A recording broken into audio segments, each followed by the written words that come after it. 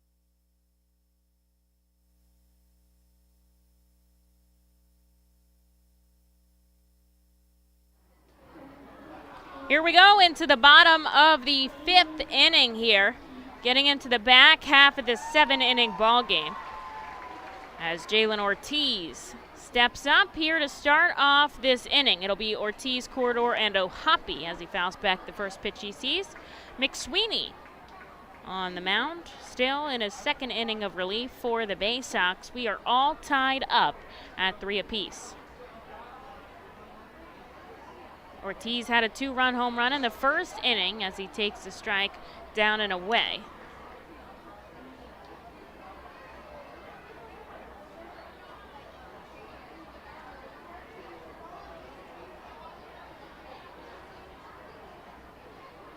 Glove at the waist. McSweeney kind of facing left field in a similar way that Bubby Rossman does, and then using his whole body for momentum.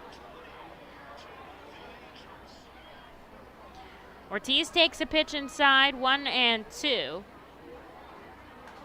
And he fouls back another one. He is really reaching for it. Kid upset in the stands that he didn't get that. He's got his glove right there. And it bounced all the way back down in front of the plate.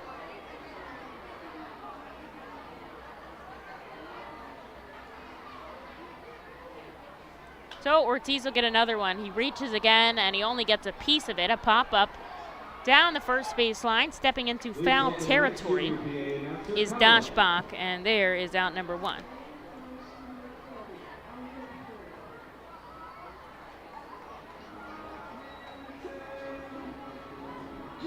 Just want to give a big shout out to Gio, listening and watching in on our baseball game. Thanks so much, Gio, for tuning in. If anybody else listening, feel free to comment on the Twitch, Facebook, or YouTube channels if you're watching on MILB TV. Thanks so much for joining me. Emily Messina on the airway, bringing you game number 1 here and game number 2 as well. Don't forget about that one, as Aldrum Corridor takes the first pitch, swinging strike. 2 strikeouts for Corridor, very unusual.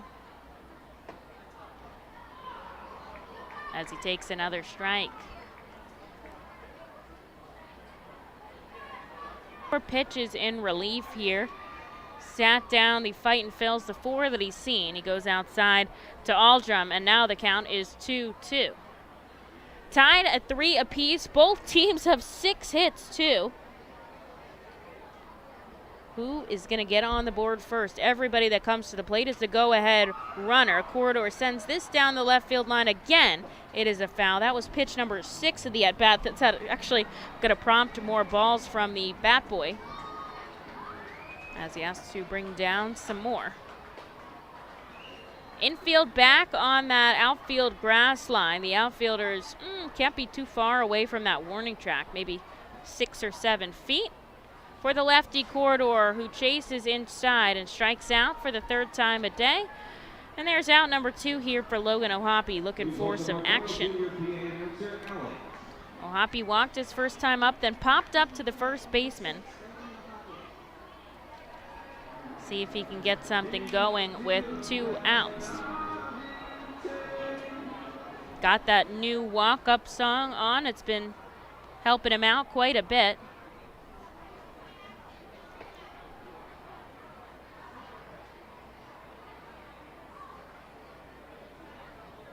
And he takes the first pitch ball. His parents are in attendance today, joining us here at America's Classic Ballpark. And he goes outside with a strike. Tomorrow, an off day, a universal off day in minor league baseball, and will be kind of the first real off day for these players at home here with all of their things and their cars and stuff to do as the 1-1 comes upstairs. 94 gets by Logan, and it's 1-2. So we've spent the last couple of off days a travel day, going to, the first one is Akron and the second one was New Hampshire, and then we did have an off day in Portland, which was fun, but certainly not the same, as O'Hoppe takes a 96-mile-an-hour fastball outside, 2-2. So I think the guys are excited. I know Brian Marconi, one of the closer players, is able to go home, Marlton, New Jersey.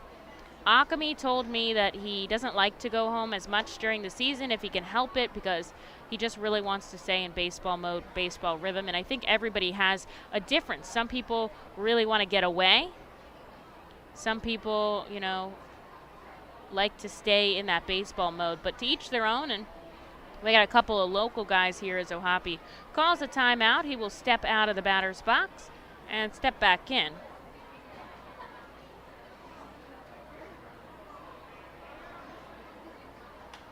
And this is poked off the bat of Ohapi. He'll keep his full count here. Both teams 3 runs, both teams 6 hits. Reading 2 outs here, bottom 5. Should see Sealander back again for the top half.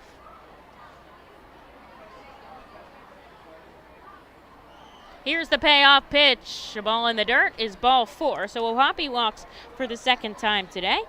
And he'll get on base, keeping the line moving here for Josh Akami. First baseman number 35, Josh Akami. Akami walked once, struck out once.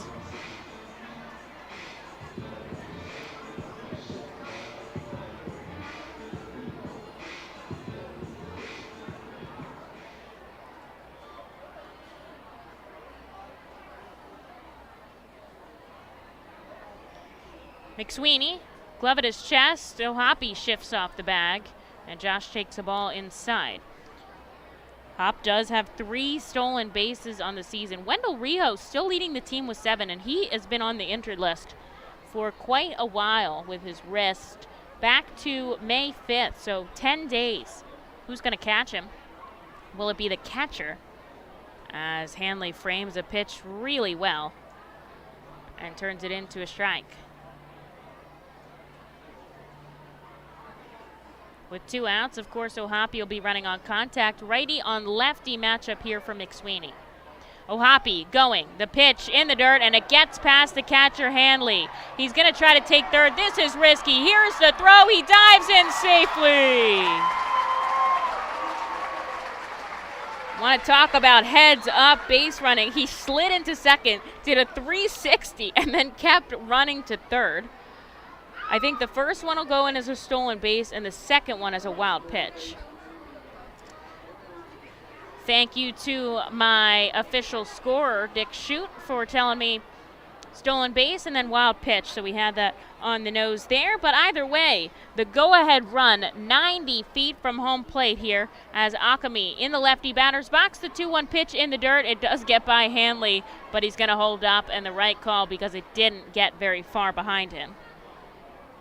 The crowd, I think the crowd really wanted to see that. And hopefully they'll get to see a run scored here for the Fightin' Phils. Tied up at 3 apiece. A runner on third with 2 outs on the board. Here is Josh Akami with a 3-1 count.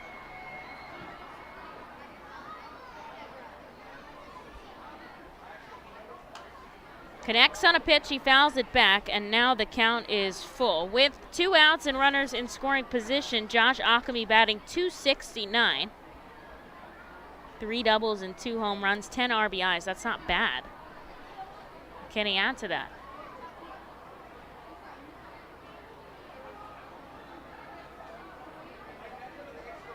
Here's the payoff pitch. He tossed his bat. He thought it was ball 4. Instead, it's strike 3. We have seen that on either side today where these umpire calls are really getting everybody thrown off, and that will do it there. That will end the inning. Reading strands a runner on base, but we still got 2 more frames. Into the top of the 6th we go in just a moment here as Matt Sealander back on the rubber. Nursing home neglect is a serious problem. If you or a loved one has suffered from bed sores obtained in a nursing home or a fall down in a nursing home resulting in a fracture, our friends at Swartz Culleton can help. Call the attorneys at Swartz Culleton for a free consultation. Their phone number is 1-800-JUSTICE. That's 1-800-587-8423. Once again, call 1-800-JUSTICE today. Swartz Culleton is a proud sponsor of the Reading Fightin' Phils. The Reading Fightin' Phils are proud to partner with Humane Pennsylvania throughout the 2022 season. Humane Pennsylvania is the region's premier leader in animal welfare and empowers the people in our communities to increase their capacity to care for animals so that all animals are healthy, safe, and treated humanely. Humane Pennsylvania is proud to be a Fiesta Friday and Bark in the Park sponsor. Learn more about Humane Pennsylvania and how you can help build the best community for animals anywhere by visiting humanepa.org. This is the Crazy Hot Dog Vendor coming to you from the radio booth. When I need to get somewhere in a hurry and the ostrich isn't cutting it, I hop on my Harley Davidson for a classic Harley Davidson. It's your one-stop shop for all your Harley needs. They have everything you need, from boots, jackets, t-shirts, gloves, mugs, and oh yeah, they have a great selection of bikes too, which are almost as good on gas as an ostrich. Go to Classic Harley Davidson for everything Harley Davidson, and I'll see you at Harley Night. Heading in, tied at 3 apiece. Matt Seelinger back on the rubber here in the top of the 6th inning, as he'll see Westberg, Roberts, and Watson, the middle of the order here. Reading had an opportunity in the bottom of the 5th, but they weren't able to bring the runner home. And so now we'll see what the 6th inning brings us.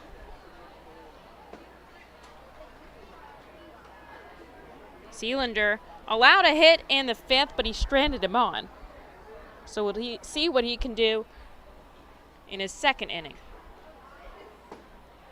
Back-to-back strikes. And he seems to have Westberg on the cuff here.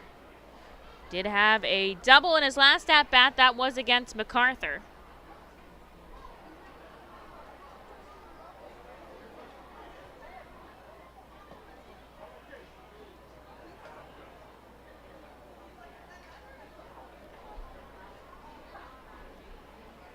One ball, 2 strikes here.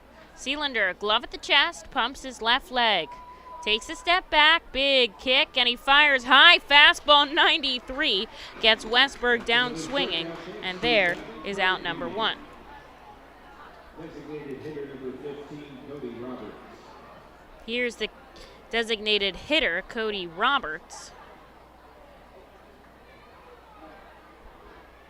He's 0 for 2 today as he steps in on the right side. Seelinger ready to go. Comes home upstairs. As I said before, Seelinger leads the team in ERA. Now he's down to 1.00 with his ERA. If he gets under, he'll be the only one to be under there as he gets a swinging strike out of Roberts. 1-1 the count. Fastball hanging 92-93 here. Also see him mix in a slider and go off speed.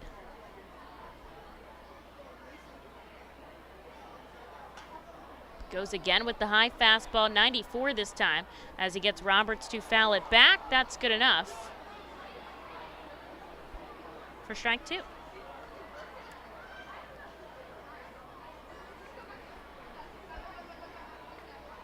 They're going to get a fresh baseball there for him. Didn't like that one. Seelinger been pitching professionally since he was drafted in 2017 by the Pirates. Seen time in a couple of organizations as he gets another strikeout. 4 is his season high. He hits 4 here as he's got 2 outs on the board for Zach Watson. Now Watson did, of course, have the solo home run back in the 2nd. That was off MacArthur.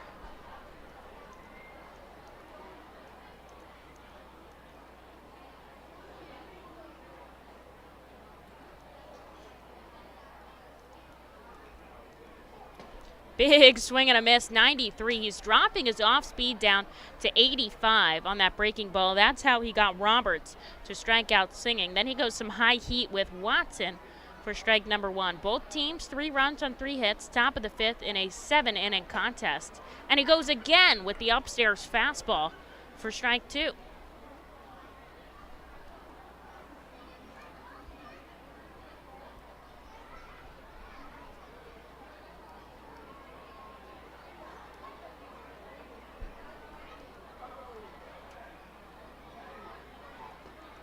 And he gets him. He strikes out the side. 95-mile-an-hour fastball for strikeout number 5 here. A season high for Sealander. And what a way to send up your team back to bat. Bottom of the 6th, tied 3-all.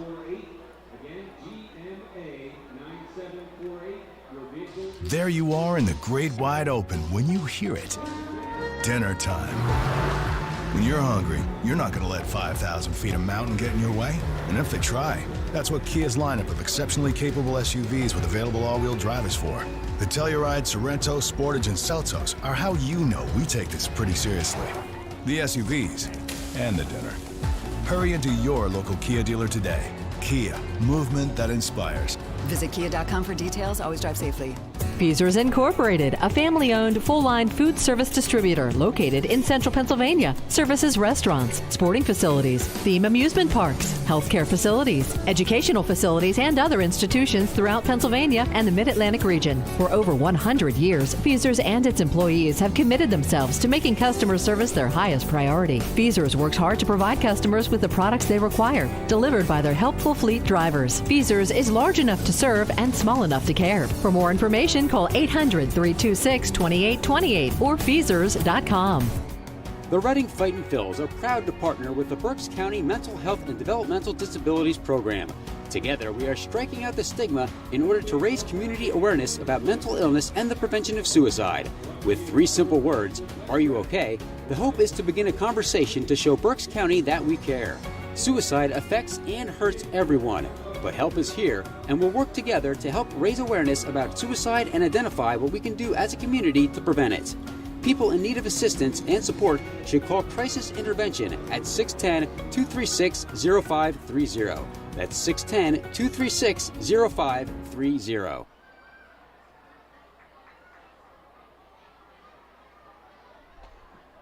Now batting for the Phils, left fielder number 37, Jack Conley. Here's Jack Conley to lead us off in the bottom of the 6th inning. A couple of raindrops falling. Nothing dramatic here. People still sitting in the crowd. And on the first pitch, he sends it up the left field line. It trickles all the way to the wall. A sharp ground ball produces a stand-up double for Jack Conley as he does the shimmy on second. That's the call sign for the double there for the team. And Reading gets the go-ahead run on second here for Fraylin Mignetti. He's got some fans. I don't know if it's the jersey or they just like him. I like him. He's a likable guy.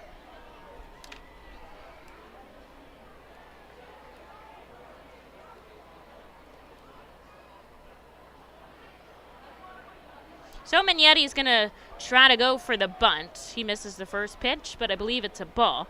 Just wants to move Conley closer to home here and help his team out. Reading leads the minor leagues in sack bunts with 10. Also have 6 sacrifice flies, which is pretty impressive.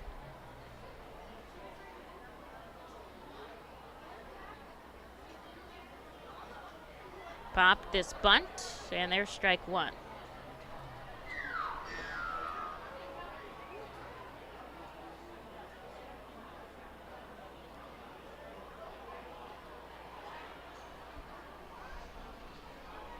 Conley on second. He does have 1 stolen base this year. Another multi-hit game for the catching outfielder. Mignetti looks for a bunt, but he takes strike 2. And now he's not going to be able to take a bunt without risking strike 3, which he might. We'll see.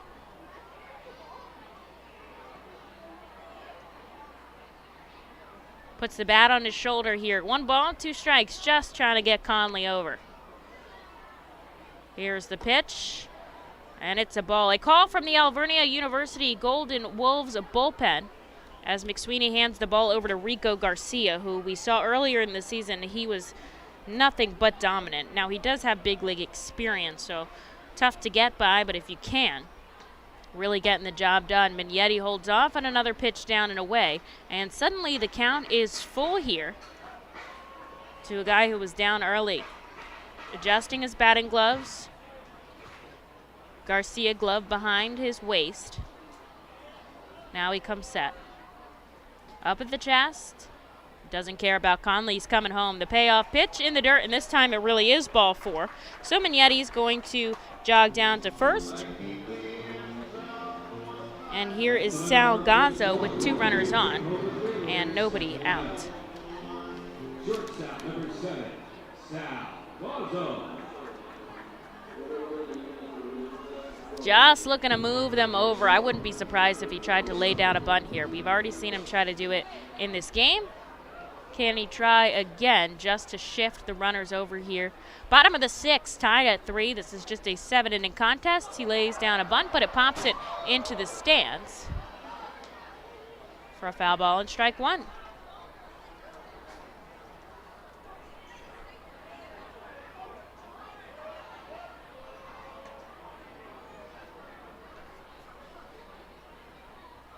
I don't think it's drizzling anymore. People put their umbrellas away, so that's a good sign. Gazzo bunts again. He lays it perfectly, and the catcher slides into the pitcher.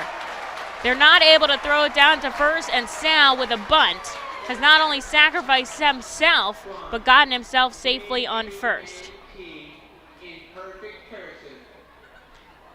The catcher was going for it, and in the grass, I guess it's a little wet, slid, and the pitcher was going for it too. So he slid right into the pitcher, and nothing was able to come from it. And so Sal not only moves his teammates over, he also gets himself on safely.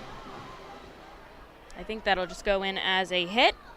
And suddenly the bases are loaded here for the Fightin' Phils with nobody out. And back to the top of the order with Ollie Castillo. Now Castillo has 3 of Reading's 6 sacrifice fly. All we need is something in the outfield to give the Fightin' Phils the advantage. But, of course, could use a little bit more, and certainly because there's nobody out, a chance to do just that. Tied up at 3 here in the bottom of the 6th. Just a 7-inning contest. The infield comes in.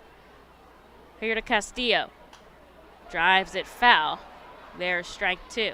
And, of course, Reading, the home team, if they were to get ahead here and bring someone in to shut it down, which looks like Brian Marconi,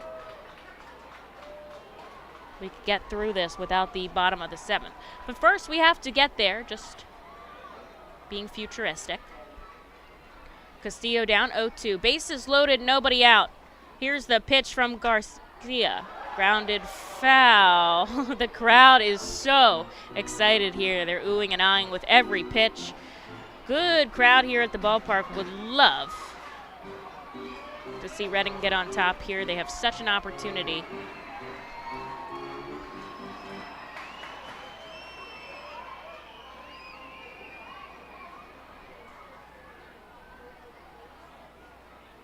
Upstairs, Castillo holds off 1-2.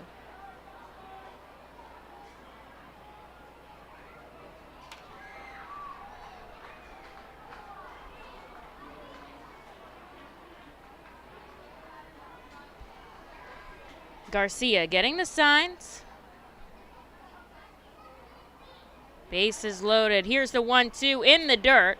Hanley is able to keep it in front of him. Conley, little jumpy over there, would love to come home. So we're tied 3-0. The last time we saw Garcia, he was pretty good against the Fightins. 3 innings of work, no hits, 4 strikeouts, and he did it all on 29 pitches. Well, this is a different story. Here's the 2-2. Checks his swing, but he holds up, and it is a full count.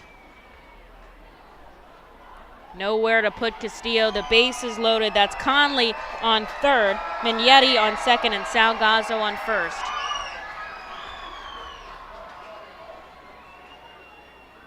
Here's the payoff pitch. Pops it foul. We'll go again, making it interesting for us.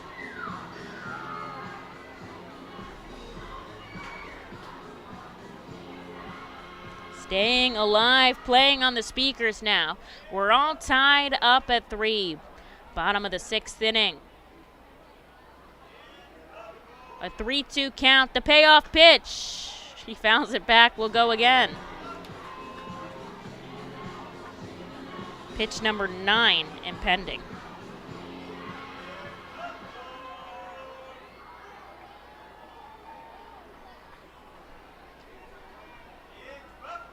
That's Conley on third, Mignetti on second, Gazzo on first. Tie score at 3 apiece. Here's the 3-2 pitch. Fouled back. Will go again. That was number 9 of the at-bat. Looks like Brian Marconi is warming up for the top of the 7th. Disco Briscoe and the crowd getting them revved up. Reading a chance to do some damage here with no outs on the board. Castillo battling. Garcia, glove at the waist. Here's the payoff pitch. Popped up, foul. Into the stands. Who's going to get it? Nobody. And a little kid picks it up. Great catch by the foul ball. He looks pumped down there. Infield in. Protecting the run at the plate. Willing to give up extra bases here. We'll see how it goes. Pitch number 11 here to Castillo. 3 balls, 2 strikes. Sends it foul once more. Man, who is going to come out on top? This is crazy.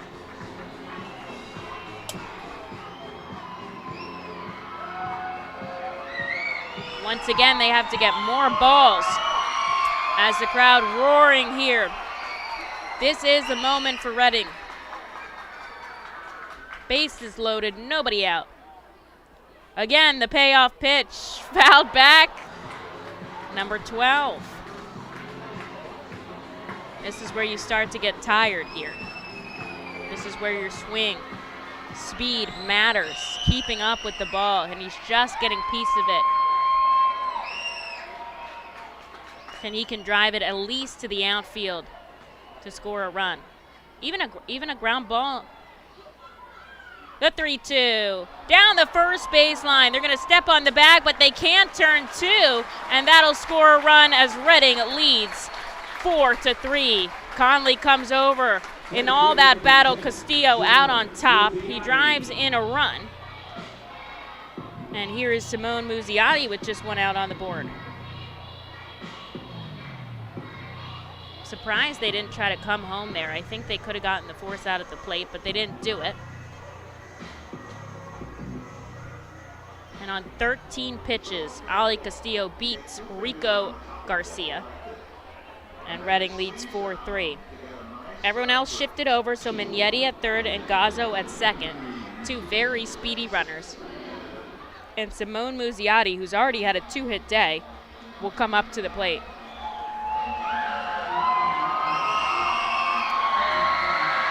Crowd energetic here at the ballpark. They're up by 1, but they want more.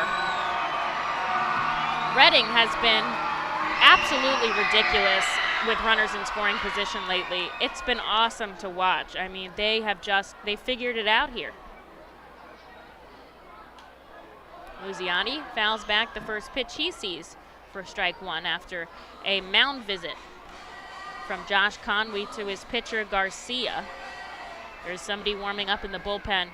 2 on, 1 out. The infield's going to stay in, try to protect the run at the plate. It is Reading 4, Bowie 3. Muzziotti holds off on a pitch in the dirt.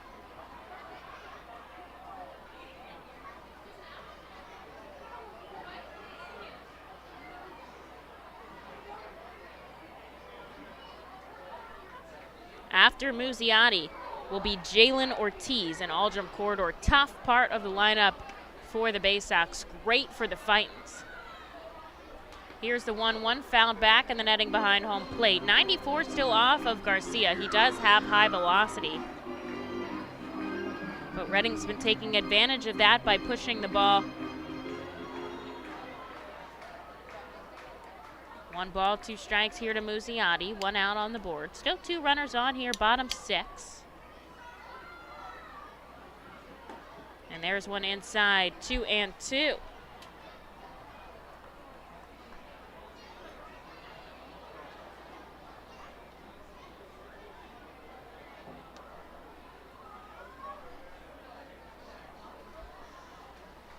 Muzzy looking to come up big for his team. Ground ball right side, it's foul.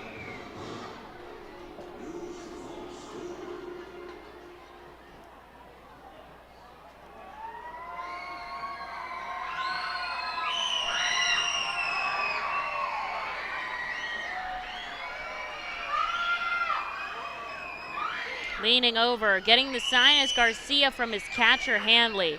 Reading has Mignetti on third and Gazzo on second. Here's the 2-2 in the dirt. Good block by Hanley. Got to give him credit for that.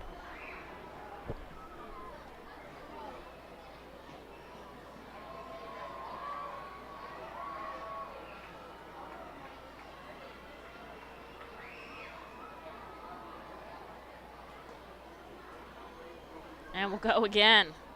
3 balls, 2 strikes. Another full count here for Garcia. The payoff pitch sends him 95-mile-an-hour fastball upstairs. A swing and a miss for Muzziotti. And now it's on Jalen Ortiz if we want to keep going. Reading has already put one on the board. Ali Castillo batted in Jack Conley.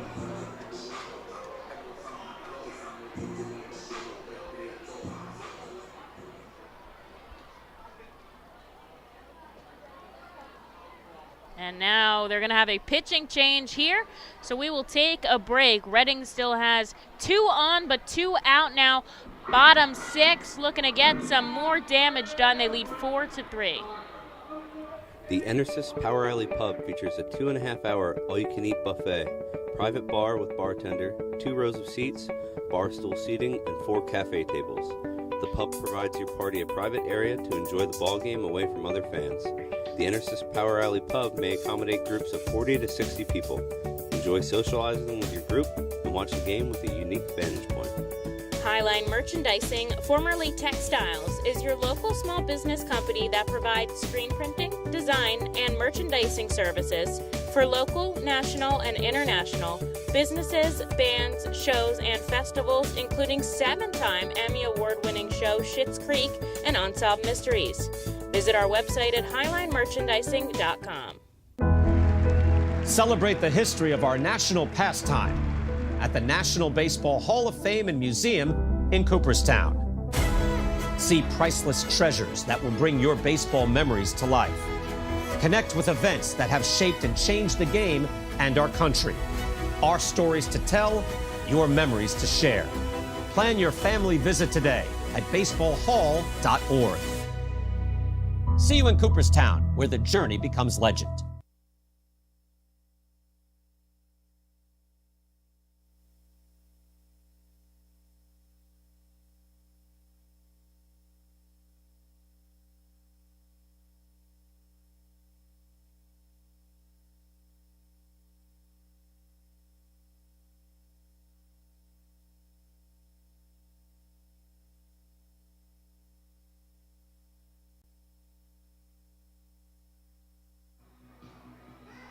Well, we're stuck in the bottom of the 6th in a very good way. Reading has already put the go-ahead run on the board.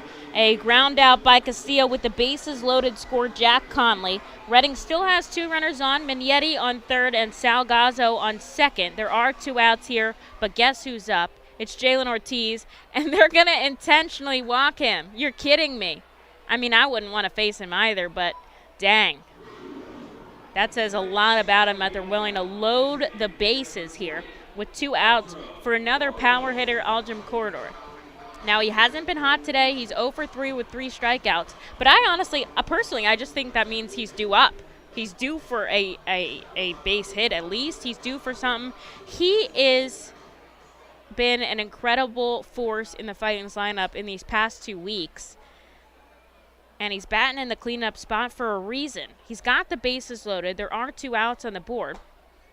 And they sent him a first pitch ball. So they made a call to the Alvernia University Golden Wolves bullpen as they put Rico Garcia out for Tyler Birch, which is an interesting choice because Birch allowed the Fightin' Phils to walk it off in the 11th on Friday. Now, I know we didn't play yesterday, so he's got some space, and he's going to pitch against the lefty Corridor. So maybe that was why they put him in, is they wanted this righty-lefty matchup, and they didn't want to face Ortiz. So the bases are juiced here, and they've got to shift on to Corridor. The count 1-1 with 2 outs here. Checks his swing, and he does go around for strike 2. Now, Reading's already put the go-ahead run on, so they do lead 4-3. And they're going to bring Brian Marconi in for the save situation in the top of the 7th. So they've got a plan in action here. Mignetti really wants to come home. He is throwing off Birch as the pitch is in the dirt. Nobody's holding on Mignetti because they've got this little shift going on to corridor. So they've got Westberg directly behind second, and then Henderson is basically playing the shortstop position. So there is nowhere near Mignetti. I mean, I think he could come down as far as he wanted. They made him kick the rosin bag there a little bit further back. 2 balls, 2 strikes, 2 outs. Bases loaded for the Fightin' Phils here in the bottom of the 6th. Aldrum corridor up at the plate. Here's the pitch, and he sends it foul. He'll stay alive. But yeah, basically Mignetti can come as close as he wants towards home.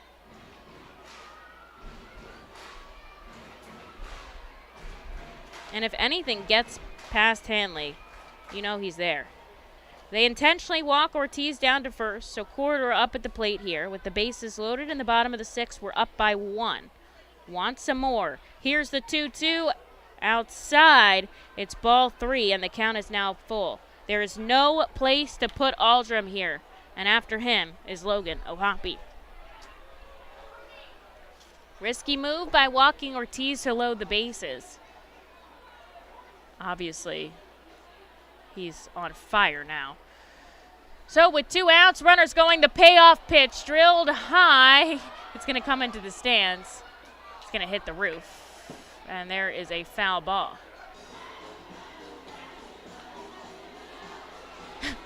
I just saw Logan Ohapi from the on-deck circle look back and wave to his parents, who are sitting behind home plate with the Akamis, I believe. That was really cute. And a belated Mother's Day.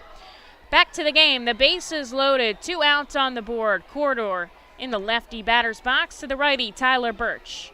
Here's the payoff pitch. Runners going, and it's a called strike 3. They ring him up, and that will do it for the Fightin' Phils. Not before they get the go-ahead run on the board. They lead 4-3 as we head into the top of the 7th inning. Basically, if Marconi can get through this, they will seal the deal for the final inning. We're going to take a quick break, and we'll see you back here for the the top of the 7th in just a moment. There you are in the great wide open when you hear it. Dinner time. When you're hungry, you're not going to let 5,000 feet of mountain get in your way. And if they try, that's what Kia's lineup of exceptionally capable SUVs with available all-wheel drive is for. The Telluride, Sorento, Sportage, and Seltos are how you know we take this pretty seriously. The SUVs and the dinner. Hurry into your local Kia dealer today. Kia, movement that inspires. Visit kia.com for details. Always drive safely.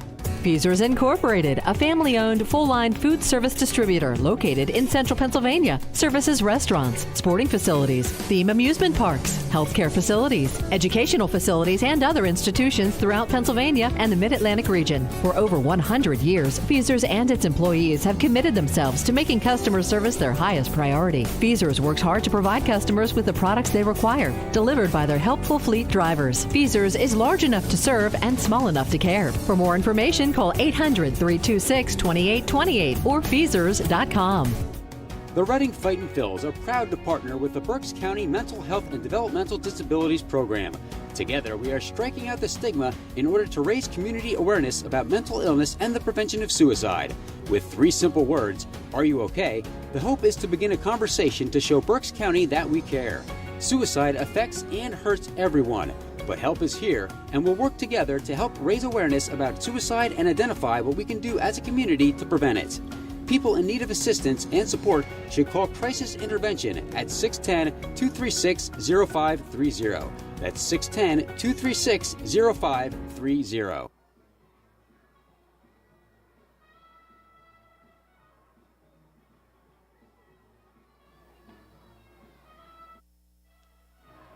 All right.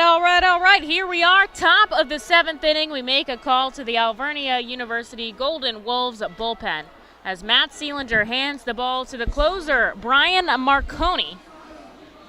In the top of the 7th, the Reading Fightin' Phils lead 4-3. That go-ahead run put on the board, a ground ball off Castillo's bat, plated Jack Conley, and that's how Reading got on top. This has been quite a back-and-forth game, and most of it coming from long balls. Reading had Jalen Ortiz's 2-run home run, and the Baysox have put up 3 solo shots.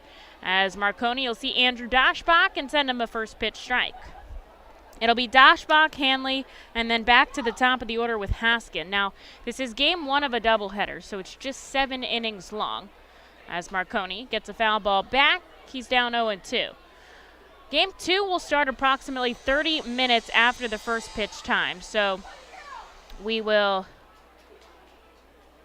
see you pretty soon after this game ends. The stream will end, and then I'll restart another stream, so you can join me there or on Minor League Baseball TV. This is clubbed into left center field. It's going to drop in.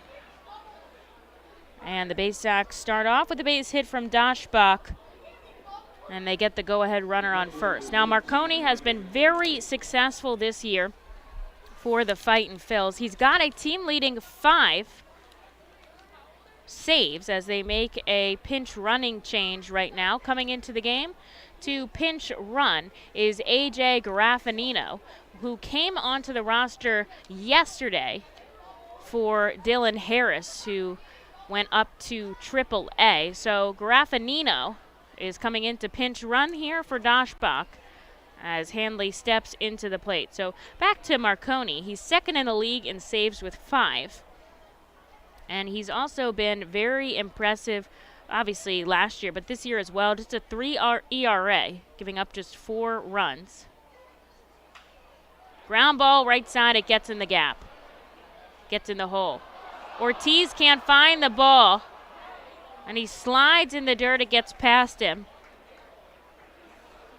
And so the runner gets to third. Hanley gets a single, and an error on the right fielder Ortiz allows the runner to advance over. A couple of players have slipped today. That's just, that's what water on grass can sometimes make, slipperiness. So Akami's going to stay in, as well as Castillo at third. Everyone else back deep here to Hudson Haskin. We're in the top of the order. This is a tricky situation for Marconi. He's got 2 on in scoring position, and Reading leads only by 1 run. Now, Reading is the home team, so they do get to bat in this bottom of the half inning if they need it. Would they like to? No. But they have it if they need it.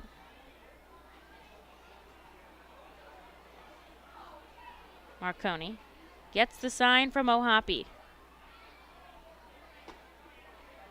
The 0-1 is a called strike 2, 93 off the hands of Bryan.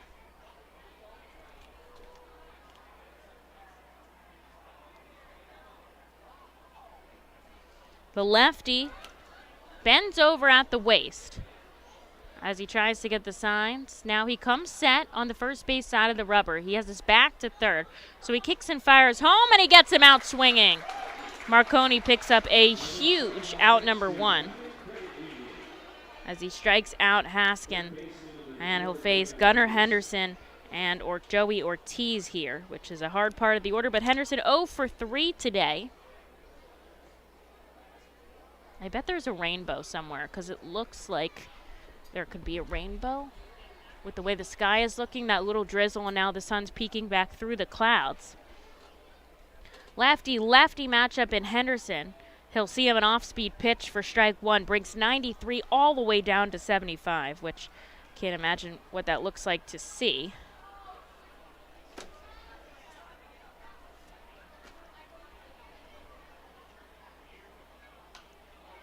Foul up the left field line, 1-1 the count. The final line on Sealander, 2 innings of work, 1 hit, no runs, and he struck out 5. Pretty impressive to keep Reading in this game. He didn't allow anything in the 5th or 6th, and he lowered his ERA down to a 0.96. Lefty kicks and fires outside. It's a called strike, and he's got him 1-2 here. Marconi built for this kind of situation. He's been a part of 2 no-hitters in his professional career. I asked him, isn't that stressful? No, that's the moment he thrives in. Sends a ball outside. 2-2. He lives for that. He dominates in that. And he has that situation here. He's got 2 runners on with just 1 out. He's got a 1-run lead for his team. Lefty kicks and fires. This is taken out to center field. Now, the catch will be made by Muzziotti. Play at the plate. No! He's got such a good arm, they aren't even going to run on him. That is huge for Muzzi. The crowd understands what just happened as they pick up a big out number 2. They get rid of the sacrifice fly, and now there's 2 outs on the board. Probably a good call that he didn't run because Muzzi had a perfect throw at the plate. And so it'll be Joey Ortiz, who's 1 for 3. With 2 outs on the board, Reading trying to hold on tight.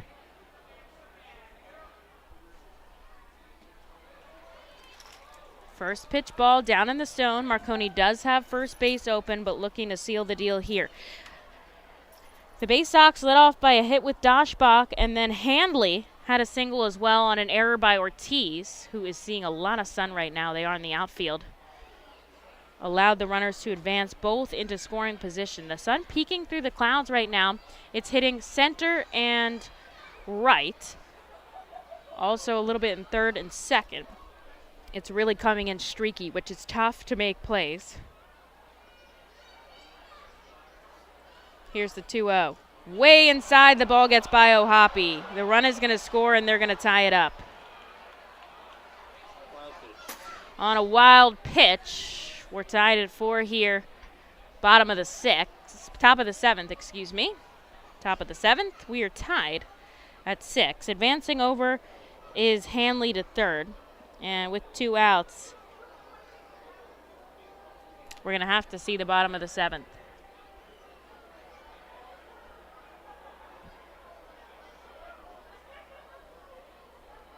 Big kick by Marconi. Called strike, and the count is now full. It's dark over beyond the left field wall and beyond third base. It's very light beyond first base. Fouled back. We'll go again.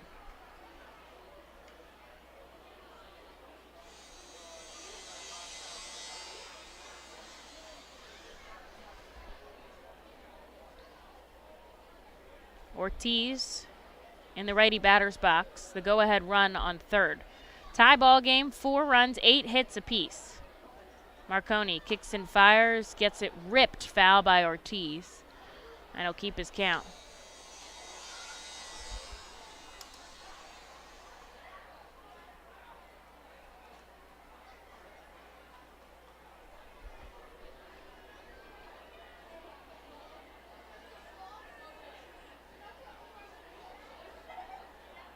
Inside, ball 4, and that's going to walk Ortiz down to first, and now Marconi's going to have to face Fontana here with 2 on and 2 outs.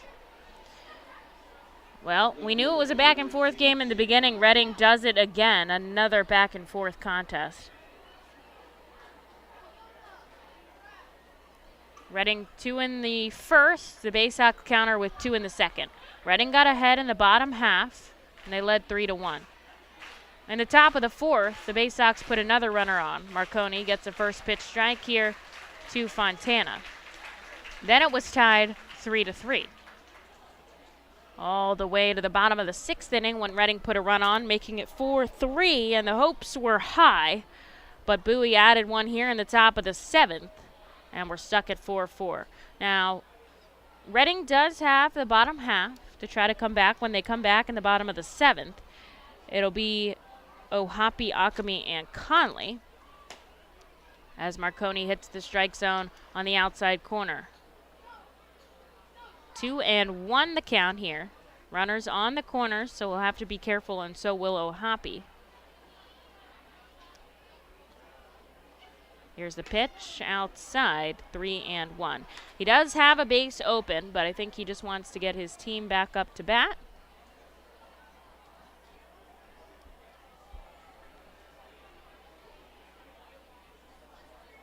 Here's the pitch, pitch inside, ball 4. Back-to-back walks by Marconi. Gets the bases loaded here for Westburg. Now we'll see a visit from manager Sean Williams. Sean always comes out in these moments. I don't know what he would say. I think it's more just motivational. What pitch are we going to throw? What player are we going to do? But every time he does this, the team somehow gets out of a jam. And I love it. I don't know what he's saying, though, but I love it.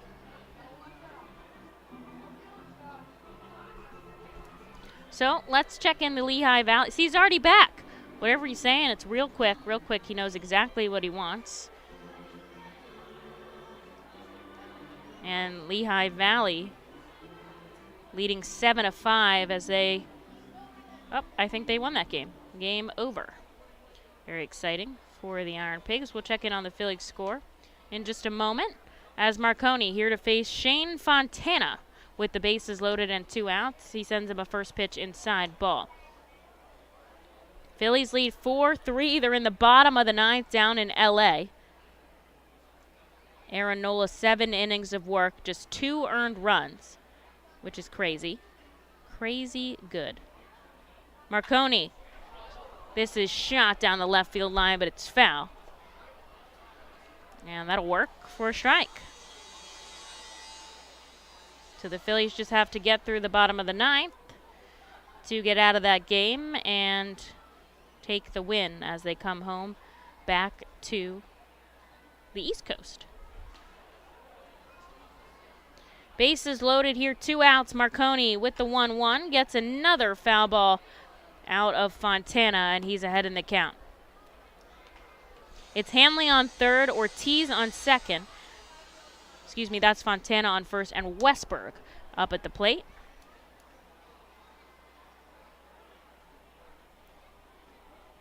So Westburg in the righty batter's box. He kind of leans over, and the 1-2 is fouled back. Will go again. He sort of like hunches at the shoulders and puts his head down. Reading has somebody warming in the bullpen. I can't see who that is. It's too far away.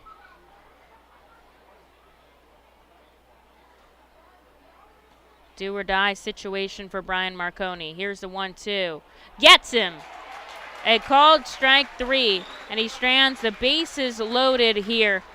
But the score is tied 4-4. Reading walked it off on Friday. They didn't play yesterday, so can they do it on back-to-back games here for the Fightin' Phils?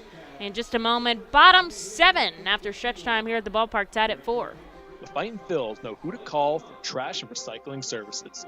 A proven winner, JP Mascaro & Sons. The industry leader for over 50 years. Trust the familiar Mascaro Blue Elephant to provide dependable, quality service for your home or business. That's JP Mascaro & Sons, one of the top companies in its industry. Trash and recycling services for home, business, and industry. We are hiring and have open positions in Berks County. Check our website for open positions at jpmascaro.com or call 1-888-MASCARO. JP Mascaro & Sons, ready to serve you. Berks Packing is a family-owned and operated meat processor located here in Reading, specializing in hot dogs, ham, specialty meats, and more. Berks Packing provides America's classic ballpark with quality products, including the highly acclaimed flat-top grilled hot dog. Join us for Berks Packing Sunday Family Fun Days at Sunday home games all season long at FirstEnergy Stadium. Lidl is a normal grocery store with aisles and shelves and high-quality groceries, but only Lidl has really low prices. Like so low they're too good to be true. But true. Lidl, suspiciously low-priced groceries.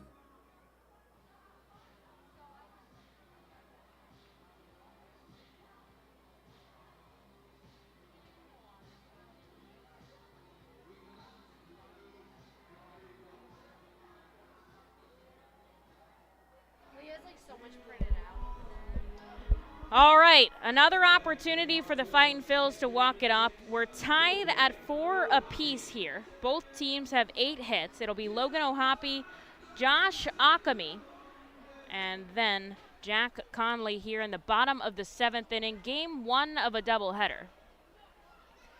And with the pinch runner, Graffinino, we'll see a new first baseman in J.D. Mundy over there.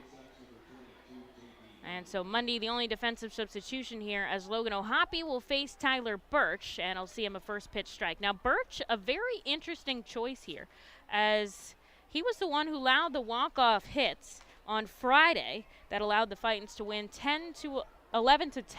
Excuse me, I didn't change over my camera. In the 11th inning. Now, I guess this is sort of a redemption outing here for Birch, see if he can come back strong. As O'Hoppe fouls one back, a 1-2 count. So we'll see what Birch has to offer here. The former Philadelphia Philly did see time in Reading, but got sent over to Baltimore, and that's where he spent last season.